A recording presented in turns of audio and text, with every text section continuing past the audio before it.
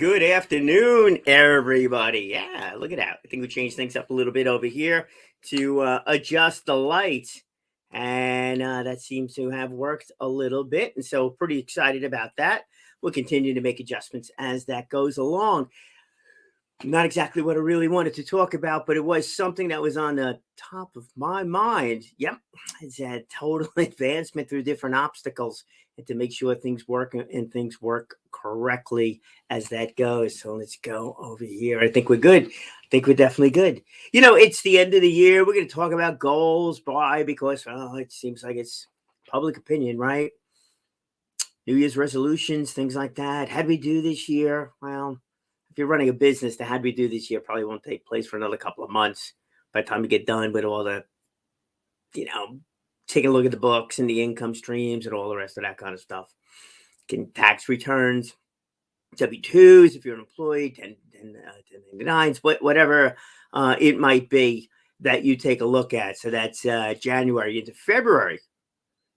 Should you hold off on your goals until February? No, I don't think so. I don't think that's a good idea. Should you even hold off on your goals until the end of the year? Nope. I don't think so either. Maybe you should review them all the time. Review them every day. Well, whoa. Reviewing them every day, that might be a little bit out of control too, right? How in the world can you do it every day? Well, you can. You could do that. Oh, heck, I've seen all kinds of different things. I don't know if that makes sense. Review it every week? Maybe. Review it every month? Depends. If you're an established business, to review everything every day, I don't know about that. I don't even know if you could really, truly figure out the effectiveness on anything within a given day. Yeah, you may want to take a look back on the day and see how it went. And there's different ways of doing that. But is that really the goal? Is your goal set on a day-to-day basis? No. Small things, yes. You want to get up in the morning, you want to do say a prayer, positive affirmation, start the day off right. Think and then understand that today is going to be a good day with challenges. Maybe keep that 80-20 rule in there. But bigger goals, nah. Staying in line with those bigger goals, now that is quite a bit more challenging, right? That really becomes a bit more of an issue. How do you stay focused within those goals? And I could tell you right now, there's a reason why there's nobody standing behind me when I say this, because I'm terrible. I'm just flat out terrible at it. I look forward to looking at this video a year from now and saying, man, what the heck are you talking about? What gives you the right to talk about why and how people should stay focused on goals and how to stay streamlined and how to say no? Where the heck is my credibility? Well, I don't have any credibility in that area. I really don't. I say yes. I was like, oh yeah, I can help you out. That's fine. New project. That's exciting. Count me in. What do we do on Tuesday? I got an extra 30 minutes. Yeah, sure. I could do that. You want to meet for breakfast, for lunch? Yeah, no, that's good. Dinner? I can't do dinner because I'm obligated with other things. It's too much. It's too much. It's too much. Sat down with a buddy of mine, business coach, sales coach. We're talking implementation guy here, not so much a strategy guy. Strategy guy is one person. This is implementation guy. So we sat down. He says, and he said, I want to take you out to dinner. It's my time. I'm like, oh man, this is not good. He goes, yeah. That means I'm asking you questions. You're answering those questions because it's my time. I'm paying you for my time. It's like, all right, there was a little odd way of doing it, but that was that. We went through the amount of time I spend during the week on other things all over the place. It was too much. It was just too much. But it was like, oh, I said, oh, but this makes sense. But well, there's enjoyment there. But there's a gazillion of different butts get tossed in there. It's like, man, so right. So it's staying focused. This year, last year, definitely put more of an effort into that. The question is, do you really know what you're aiming to accomplish? What is that common thread? That is certainly something I've been a lot more focused on. Still taking on a couple of different projects as it goes along, but it's got to fit within the common thread. The goal, well, that's somewhat of a goal, but that's just the common thread. It keeps me a bit more, in line. Common thread. So what's your common thread? What is it? What is it? If you're in and we'll go back to the digital marketing business. If you're in the digital marketing business and you got invited to learn about something to do with marketing, does it make sense? Yeah, there's a common thread. It's got that word marketing in over there. If you got invited to learn how to make a computer, actually make a computer, build a computer, you're like, why? If you were to go out there and take lessons on something that's got nothing to do with marketing, the question is, why? If you were to go out there and get involved with, let's say, the nonprofit community, and I'm very involved, and I think being involved with the nonprofit community makes sense. But if you're getting involved with the nonprofit community because a friend has asked you to do it, and you're like, yeah, I could help, and that kind of thing, but you're not using your skill set, all of a sudden you become the event coordinator person. You're out there, trying to get sponsorship. Let's put it that way. Put on and get sponsorship for it. It's not exactly your thing, and it's not exactly a nonprofit. Is that a distraction? Very well could be. And maybe your relationship with that person is that strong that it makes sense for you to do. So there is always that. Yes, it's possible, that it does make sense for you to do, because look, that goodwill, the goodwill is a big part of things too.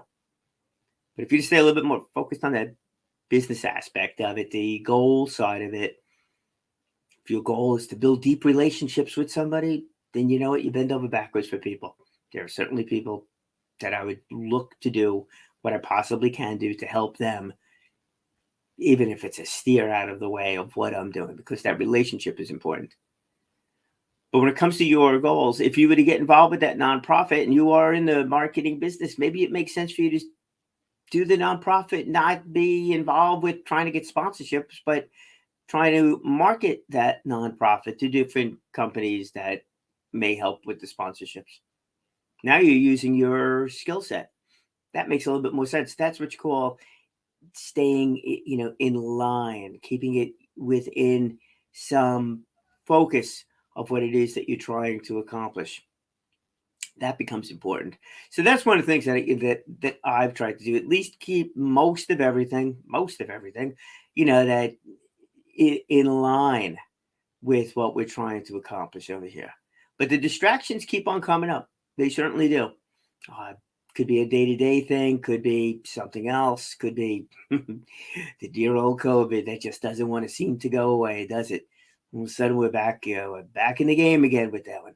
Hopefully this one's not as severe from a health standpoint, but it does appear that the possibilities of getting this COVID, this variant of the COVID, is higher. And I think the big concern on that one is the fact that people are very concerned about the hospital system. If you get too many people going into the hospital at the same time, it just is an unbelievable strain on that one. So, that therein lies, I think, that, concern over the whole thing. But it becomes a distraction. Even turning on the news and listening to everything that takes place over there, it's a distraction.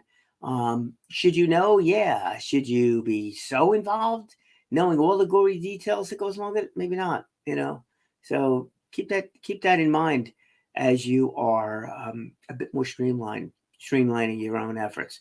So I have something that I want to share with you that I've done in the past, and perhaps we'll get together. We'll do that one again. It's funny. I've tried to go more and more digital in my efforts. So what I used to use was a book. Yeah, a book, a piece of paper and all the rest of that kind of stuff, and wrote down those things. But got to digitize. Maybe something to do on that one. Figure out how to digitize many of these things. But our friends over at TEDx have given presentations on a lot of different things, and that is something I'd like to share with you. and then we will see what they have to say. This TEDx talk is about achieving goals. Goes for about 10 minutes over here. The issue is, if you want to achieve your goals, don't focus on them. Now, that's a surprising comment, is it not? Don't focus on your goals in order to achieve your goals. Really? Like, that makes sense? How does that make sense?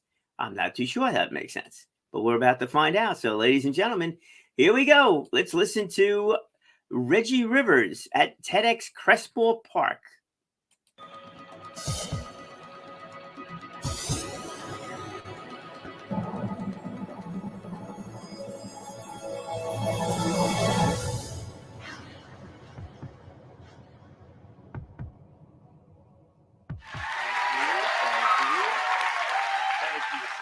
All right, so if you want to achieve your goals, don't focus on them. That goes against everything we've ever said about goals, right? Everything everyone ever talks about goals is you pick out what it is you want to do, you set your goals, you write them down, you stay focused on them, you check your list over and over again, you come back to it, and that's how you achieve your goals. Well, I have learned over the course of my life and watching other people and studying other things that that is not the way to achieve goals. We all talk about setting goals, but we don't talk that much about how do you actually achieve goals. So I started learning this lesson with my first girlfriend in life. Her name was Lysandra Johnson.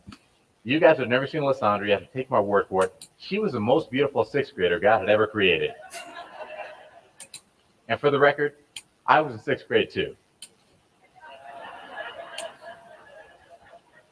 I used to look at this girl and think every day, I would love for Lysandra to be my girlfriend. But I was young and I was afraid, so I didn't go say anything to her.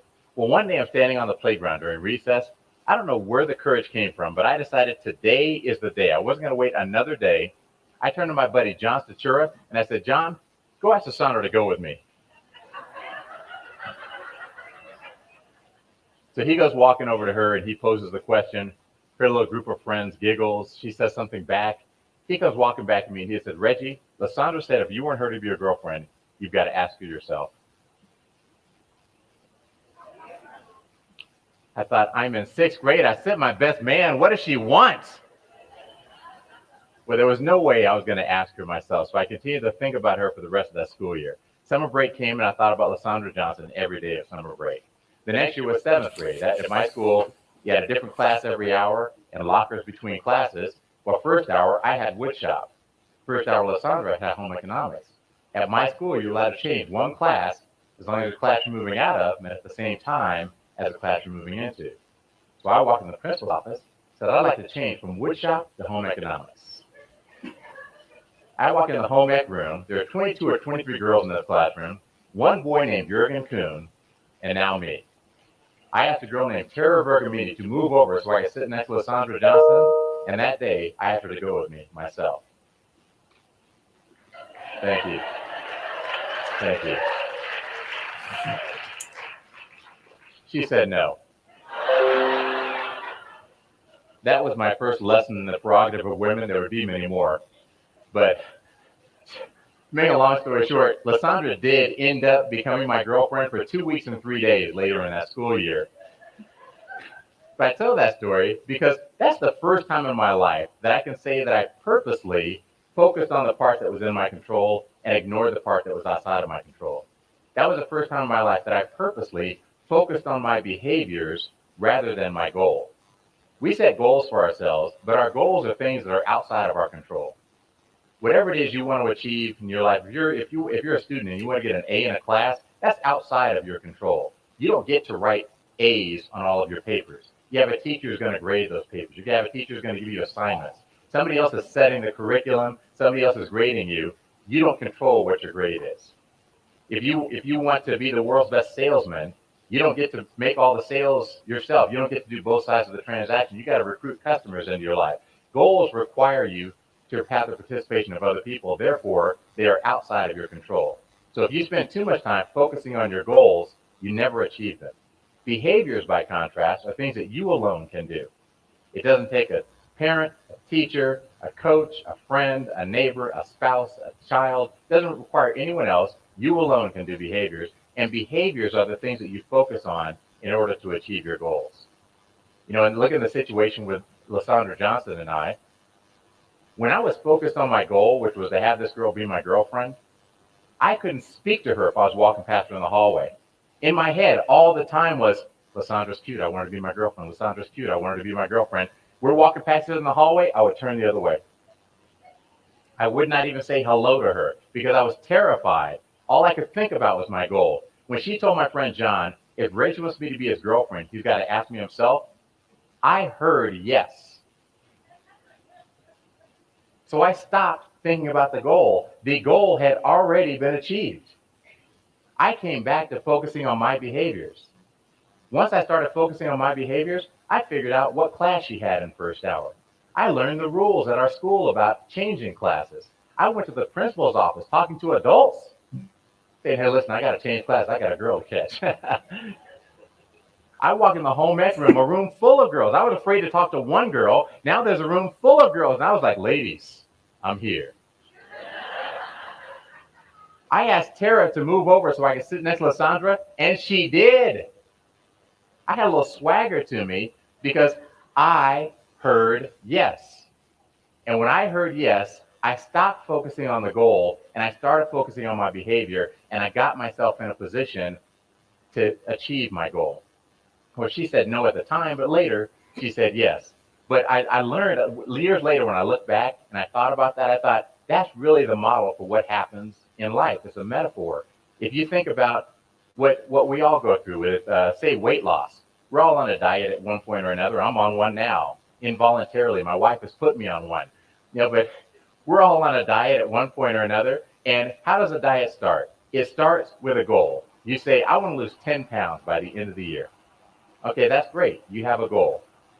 If you stay focused on that goal, you will never lose 10 pounds. Because what's the next thing we do? We go from our goal to the scale.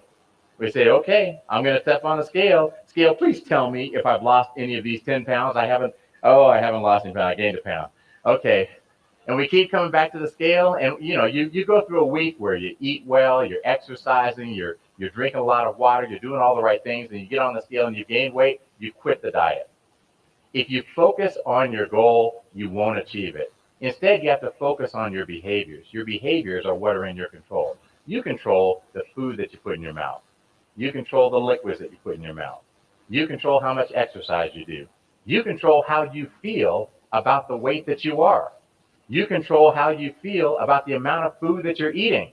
You could either be like, feel deprived and miserable. Oh my God, this is the worst thing in the world. I'm eating less than I used to eat and I'm starving all the time. I feel miserable. I can't believe I'm on this diet. It's awful. Or you could say, I'm proud of myself. I'm eating less than I used to eat. I had this instead of that. I feel good. I know that if I keep this up, when I get on the scale is going to tell me something good. If the scale doesn't tell me something good right now, I know that if I keep this up, I'm going to get where I'm going. Right now, we treat the scale as if the scale is an oracle sent down from God to tell us about ourselves. When you're on a diet, it's like, oh, mighty oracle, please tell me what I should think about myself today. You're fat. Oh! The oracle has spoken. If you focus too much on your goal, if you focus on what it is you weigh, then you're never going to achieve your goal. You have to focus on your behaviors. Think about our kids. We have goals for our kids. We want our kids to be responsible. We want them to be mature. We want them to work hard in school, to work hard at their extracurriculars, to hang out with the right people. We want them to be engaged. We want all these wonderful things for our kids. And because we want these things for them and because we focus on those goals for them, we spend most of our time as parents being agitated. Why are you doing that? I told you not to do that. Get over here, do your homework. What? You're only one page in. I told you to get your homework done. And we spend all our time fussing and fussing and fussing because these kids won't do what we have in mind for them in terms of our goals. We are focused on our goal. If you focus on your goal, you'll never achieve it. You have to focus on your behaviors. Behaviors are things that are in your control solely. So you can't control what your kids do. You can control your reaction to your kids. You control rewards. You control consequences. You control your consistency. You control whether you deliver on the things that you say you're going to do. You control whether you respond to your kids at a level 10 or a level 3. You control what you control. And when you focus on the part that's in your control, which are your behaviors, you tend to achieve your goals. So how does this work? The way that I do it in my life, when I set a goal for myself, I make a goal and I'll say, whatever it is, I want to lose 10 pounds. So then I immediately look and I say, behaviors are very short term. I only believe that I can control my behaviors for 7 days. That's it. So when I set a goal, I say, what can I do today that's going to help me get closer to that goal? What can I do tomorrow that's going to help me get closer to that goal? And what can I do this week that's going to get me closer to that goal? Today, tomorrow, and this week. I write things down in those three categories and plan out how I'm going to go after the goals that I have in my life. And that gets me focused on my behaviors. And I know that if I focus on my behaviors day after day, I keep myself motivated day after day. I feel good about what I've done because I say, I did this, I did that, I did that. I'm not worried about the goal. I'm not worried about how much I weigh. I'm not worried about how many sales I've made. I'm not worried about anything that's outside of my control. I'm focused 100% on the part that's in my control. If you want to achieve your goals, don't focus on them. If you want to achieve your goals, you have to focus on the behaviors that are the building blocks that get you to your goals. Thank you very much. All right, there we go. Let's go here. Stop sharing, close that, bring it back over here. Still, if I can figure out how to do that, we're keeping eye contact with you. We're getting better. I don't know. Who knows? Maybe one day we get ourselves an assistant, somebody else to work on this thing. Also got to figure out how to get rid of all that extra white on the outside of it because I think it makes it a little too bright. Or we back up a little bit. Whatever it might be, that's it. But he's right. What about the goals? Well, here's the goals. I want to make this thing look better. Well, that's a goal. I can sit here and think about that all the time, but if I don't do something, I don't take some action, it's not going to happen. So I'll pivoted the screen around a little bit more so. Try to figure out this a little bit more so as to how to get that lighting to work out really properly as that goes. Still can't believe I'm having such a challenging time with that one, but that's beside the point. Let's go back in the day when I used to actually coach. It was a bunch of salespeople. I was the sales manager in an office. And at the beginning of the year, we would go around and everybody would fill out these forms. I created them so they were brief. That's another thing too. How if you're setting yourself up and you want to achieve something, how much effort should you put into the plan itself, those goals? Should it be long or short? I opted for a shorter one, and did that. It was no more than 2 pages, a little bit of historical information about things that each of those people had accomplished. And then the questions had to do with what do you like to do? And ultimately, what sales numbers do you actually want to get to? Part of the reason why I went with the backward information is I want to show them that I put effort into creating it, not just coming up with a bunch of questions, but actually come up with creating it. So they saw I put effort into it too. Just as a little aside, if you're going to be working with any of the salespeople, any of your folks that you work with, even if it's referral partners, put a little effort into it. Don't just give information and ask questions, but give a little backwards stuff, such as referral partner. You could have statistics that 60% of your new business comes from referrals. Mary, you've been terrific with referrals. Last year, you gave me 3 people. Of those 3 people, 2 of them did not work out. The other one did, and that was great. Hey, really appreciate it, that kind of thing. Now they know that you're not just showing up and saying, hey, Mary, can I get a referral from you? It's like, really? So does that fit in line with what Reggie was just talking about? Yeah, absolutely. So the goal is to get more referral business, right? But you need things to happen. You need Mary to give you more referrals. Okay, but how's that going to happen? It's only up to Mary if she's going to do that. So that's out of your control whether she does it or not.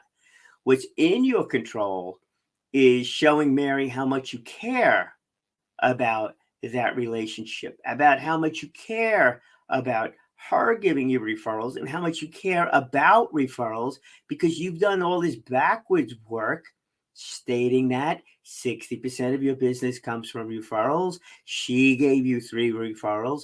You were honest. 2 of them just did not work out. 1 of them did, and that made an impact in your overall year. Those are all actions that you take that will show Mary that you're very serious about it, and that is what you can do. Going back to those folks that I was talking to on the sales side of things, it was a matter of wanting to do a certain level of commission business. Call it $250,000 in commission business. Prior year, they did $150,000 in commission business. So what does that tell you right off the bat? One is that they can't do what they've been doing, exactly what they've been doing over the past year. It needs to change a little bit. They need to do something different. So if their goal is just to do $250,000 and have what is better, 80% or so, 75%, increase, in business to do it, they're going to change their efforts by that 75 percentage points. They're going to do something a little bit different. What is it? It can't just be a matter of wishing for it to happen. It can't just be a matter of, well, maybe the customer will buy more. Well, maybe doesn't do it. Hope doesn't do it. So just wishing of that goal, thinking of that goal, writing that goal down.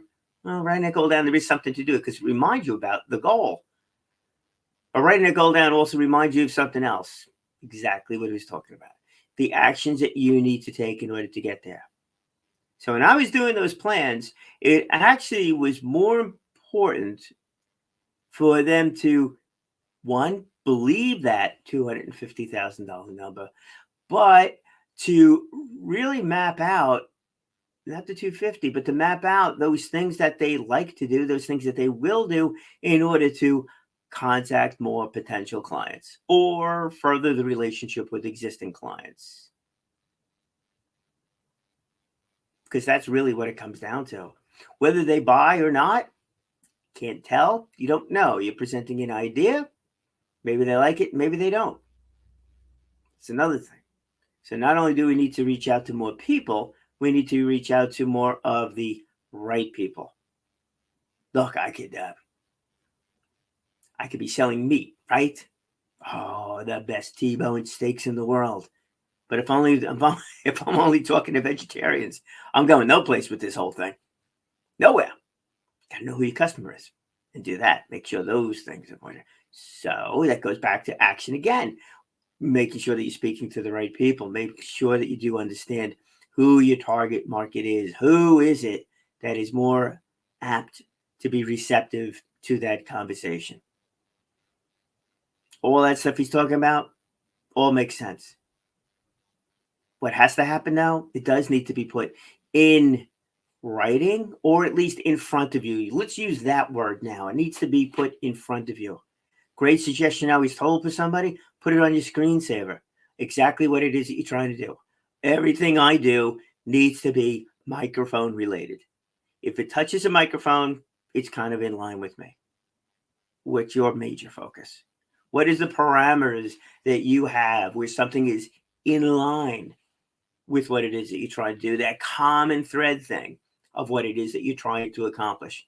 That's where it goes. You could put that $250,000 in commission number right up at the top of that screen. But what also is important is to draw that circle. Make sure that all those actions that you take are within that circle. Because that focus, staying within that area, that common thread, that's what's going to get you to that goal of $250,000. Taking those actionable steps to make that happen. That's the important part of it. Remember now, you can do it. You got to figure out a way to communicate with yourself. Could be a whiteboard that's behind you. I got whiteboards behind me here. Could be a screensaver. Could be a piece of paper. Could be whatever it is. And then figure out a way that that stuff needs to be there where you're reminded of it each and every day. Reminded of it each and every day. So you could stay focused. So you could achieve your goals and take those little steps each and every day to drive you to success. Speak well, speak often, live inspired.